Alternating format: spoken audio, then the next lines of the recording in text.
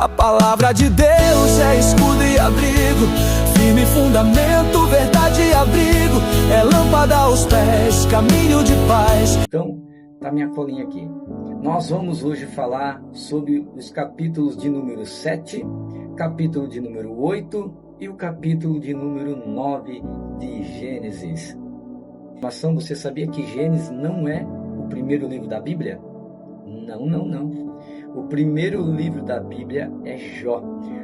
Os livros da Bíblia, elas não estão colocados cronologicamente. Então, elas estão colocadas conforme a inspiração do Espírito Santo inspirou os homens a guardar como canon, né?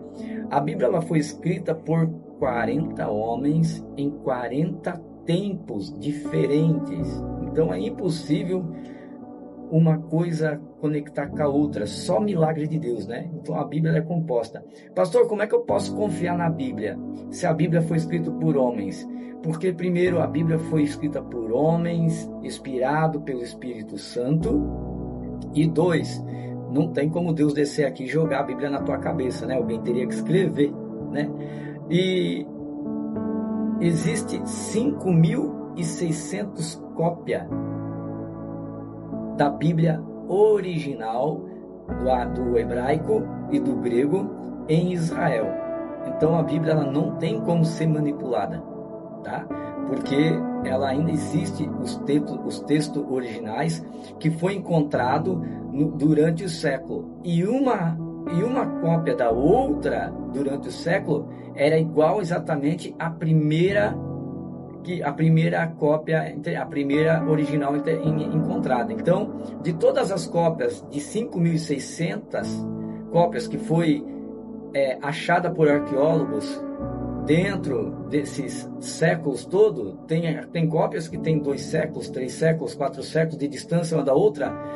Ela é exatamente igual ao texto original. Então não tem como falar que a Bíblia ela foi adulterada. Ela está íntegra, tá?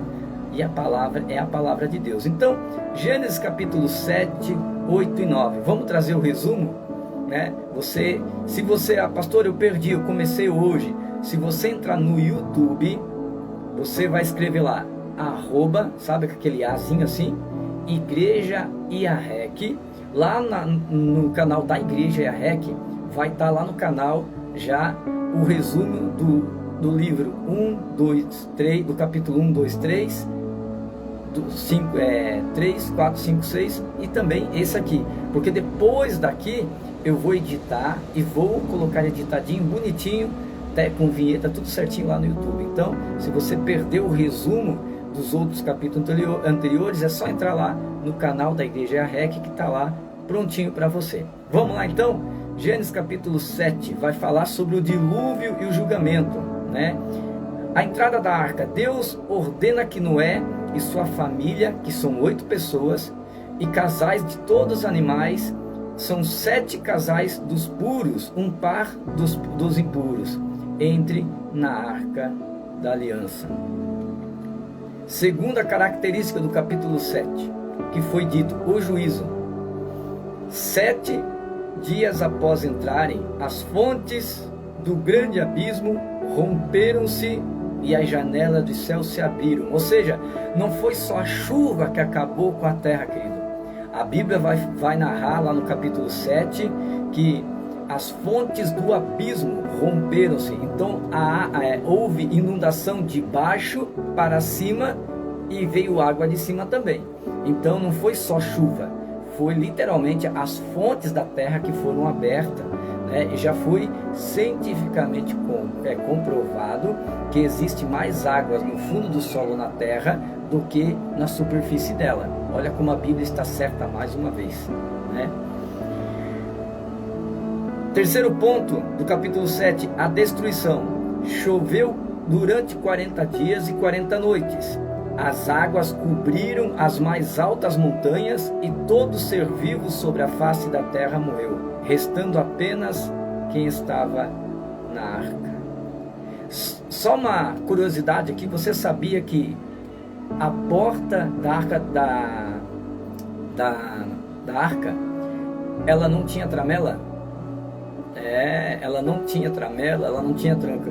Quem fechou a porta, quem trancou a porta da arca foi Deus.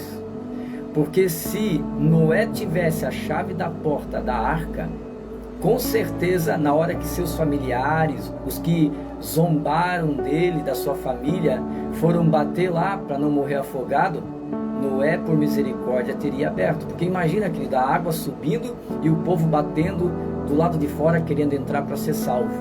E Noé não poder fazer nada. Porque com certeza, se você visse o teu tio, o teu primo, a tua sobrinha de 10 anos batendo, querendo entrar porque vai morrer afogada, você abriria a arca para entrar, porque você é ser humano. Mas Deus fechou a porta de fora para dentro. Isso é forte, hein? Isso é forte. Então ela não tinha tranca. Foi Deus quem abriu a porta da arca. E foi Ele quem trancou também. Porque Moisés levou 120 anos para construir a arca. E por 120 anos o povo tirou sarro, o povo brincou com a presença de Deus. E quando o juízo chegou, era tarde demais. Parece que hoje está igual. O povo está brincando com a presença de Deus, enquanto as igrejas que são a arca de Deus estão falando, Jesus está voltando, as coisas estão acontecendo, e o povo está fazendo chacota, o povo está batendo na igreja, o povo fica só olhando para os escândalos. Irmão, todo lugar tem escândalo. Na política, na polícia, na prefeitura, na tua empresa tem escândalo, na tua família tem escândalo, e você de lá não sai. E por que você quer sair da presença de Deus por causa de escândalo? Nós vivemos os últimos dias, irmãos. A Bíblia diz que nos últimos dias aconteceria. Então, se não houvesse escândalo nas igrejas hoje, a Bíblia seria mentirosa. Que a Bíblia diz que nos últimos dias os filhos da perdição se levantariam. Estamos aí vendo isso aí. Vamos lá. E aconteceu depois a duração. Durou, as águas prevaleceram sobre a terra por 150 dias. Por 150 dias as águas permaneceram. Ou seja, por 150 dias todos morreram. Não houve um ser vivo na terra. Gênesis no capítulo 8 já vai falar do fim do dilúvio e o recomeço. Ou seja, as águas baixaram e Deus faz soprar um vento e forte. As fontes dos abismos se fecham e a chuva para. E a arca então repousa. A arca ela repousa sobre o Monte Ararat. E o Monte Ararat já foi encontrado. É só você clicar no YouTube, você vai ver. Já está lá, a arca já foi encontrada. Anos depois. Depois Noé, ele solta um corvo, né? E uma pomba. Noé solta um corvo e depois uma pomba para verificar se a terra secou. E a pomba ela retorna com uma folha de oliveira, sinal que a vida voltava à terra. Então Noé ele soltava os pássaros, né? Para que ver se eles voltassem é porque não tinha terra para eles pousar. Se eles não voltassem, então ele entendeu que tinha lugar para eles pousar, né? E aconteceu. Logo após vem a saída da arca, né? Após a saída de 1 ano na arca, Deus ordena que Noé saia. Deixa eu só pegar esse ponto aqui. Noé levou aí, querido, 120 anos para construir uma arca. E Noé usou essa arca apenas 1 ano. E Deus dá ordem, porque Noé queria ficar na arca. Então Deus fala, sai da arca. Tem muitas pessoas, querido, que entram em um ambiente ou no ministério, né? E fica ali 10 anos, 5 anos, e ele não cresce mais, porque o ambiente onde ele está era só para aquele ensinamento, para aquilo ali. Aí Deus começa a falar, sai daqui e vai para lá. E o camarada não quer largar a arca. Daí ele fala, mas Senhor, aqui eu sou obreiro, aqui eu sou obreira. Senhor, mas aqui eu tenho trabalho. Noé também tinha trabalho. Tem muita gente que não quer largar a arca, irmão. A arca na vida do homem de Noé representa a arca foi uma ferramenta de fé para salvar a sua família, mas também vai chegar um momento que você tem que largar essa ferramenta para viver coisas grandes e coisas novas, senão você vai viver naquele mundinho. Você já viu pessoas que têm capacidade para fazer coisas grandes, tem grande sabedoria, mas o camarada está lá naquele lugarzinho pequenininho e não sai, ele está 30 anos naquele lugar fazendo a mesma coisa, e ele não evolui na fé, não evolui. E dá problema, irmãos, porque quando você está num ambiente, você cresce, mas a raiz não desce. O que acontece? Você, né, você que é mulher que está me ouvindo aqui pela rádio, e você mulher que está me ouvindo aqui pela live, pelo Facebook.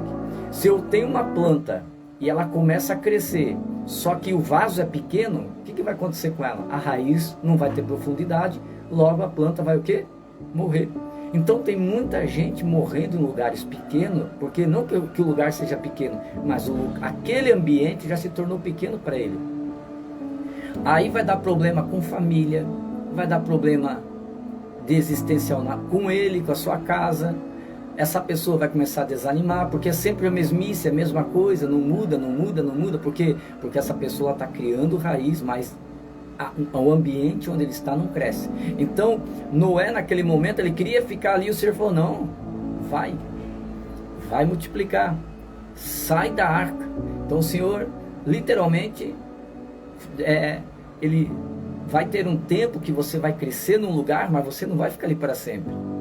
Porque Deus a Bíblia diz que nós somos rios, que quem bebe do Evangelho é rio de água viva. Então você foi feito para andar, não para ficar parado. Poça parada cria dengue e água parada fede, querido.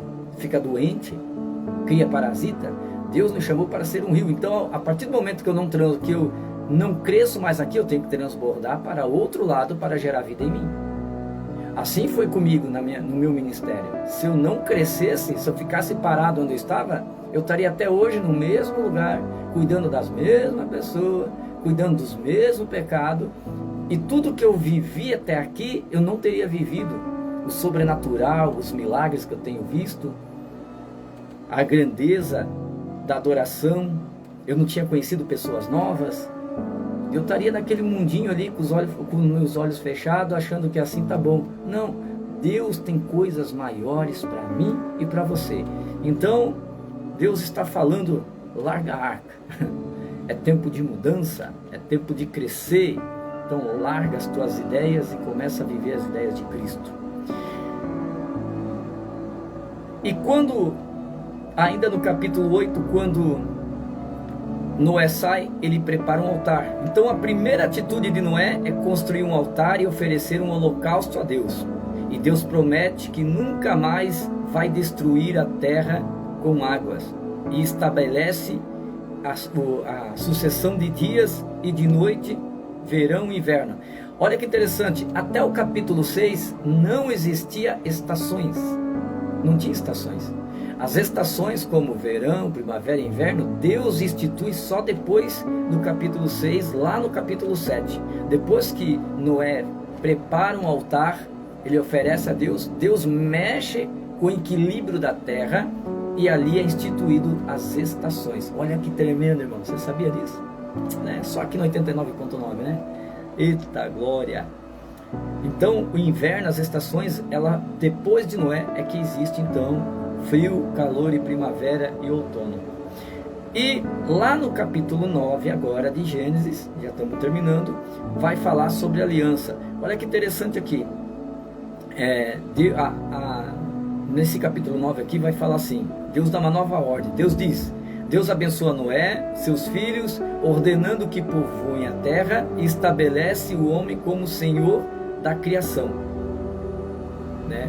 Deus ele faz uma aliança com Noé e fala, olha, vai povoar a terra e você agora é o Senhor da criação. Mais uma curiosidade para você. Deus faz uma aliança com Noé e seus descendentes e todos os seres vivos, prometendo que nunca mais haverá um dilúvio universal. Olha que legal. O arco-íris é colocado nas nuvens como um sinal visível dessa aliança eterna. Toda vez que você vê um arco-íris no céu, Deus está... Olha como Deus é tremendo, irmão. Eu amo Deus, eu sou apaixonado por Jesus. Ainda que Noé já está na eternidade com o Senhor, mas toda vez que chove, no final da chuva que você olha para o céu, você vê um arco-íris, Deus ainda está honrando a promessa que ele fez com Noé. toda vez que você vê no final de uma chuva um arco-íris, Deus está dizendo: olha, nunca mais eu vou acabar com a terra com água.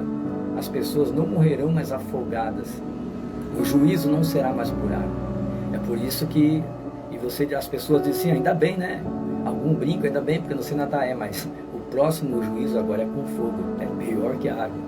Mas toda vez que você olhar para um arco-íris, o arco-íris nunca quis dizer sobre ideologia de gênero. O homem que pegou a ideologia de gênero, essas ideias aí anticristãs, e usaram o arco-íris como símbolo. E, na verdade, o símbolo sempre foi a aliança de Deus com o homem e um pacto que ele nunca mais acabaria com a terra com água.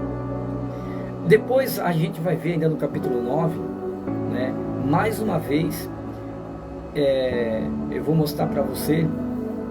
Nós falamos nos 3 primeiros capítulos a maldição hereditária, né? Muita gente não acredita, mas a maldição hereditária ela começa lá em Gênesis capítulo 2, quando Deus fala que por causa de Adão e Eva a sua geração iria sofrer maldição hereditária.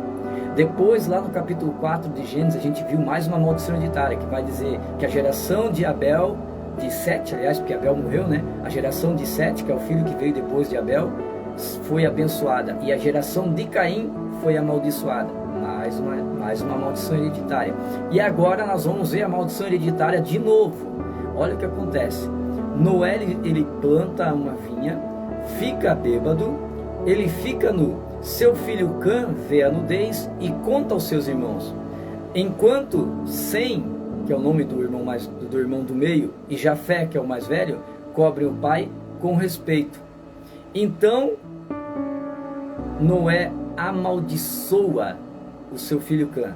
Ao saber do ocorrido, Noé amaldiçoa Canaã, filho de Cã, e abençoa Jafé. Pela terceira vez a Bíblia vai falar de maldição hereditária. Você vai ver que tem maldição hereditária de Gênesis a Apocalipse, enquanto você vai ler a Bíblia comigo em um ano. Nós vamos ler a Bíblia toda em um ano.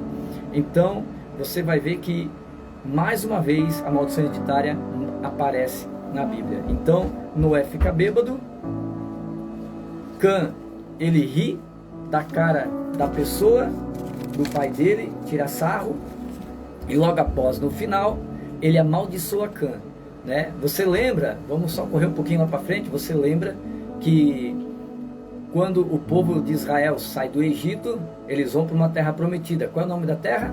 A terra de Canaã. Ou seja, a geração de Jafé, que é o povo de Israel, toma Canaã das mãos da descendência do irmão. Se cumpre ali a maldição hereditária, né? E são isso. Então, 3 capítulos por dia nós vamos estar resumindo para você, tá?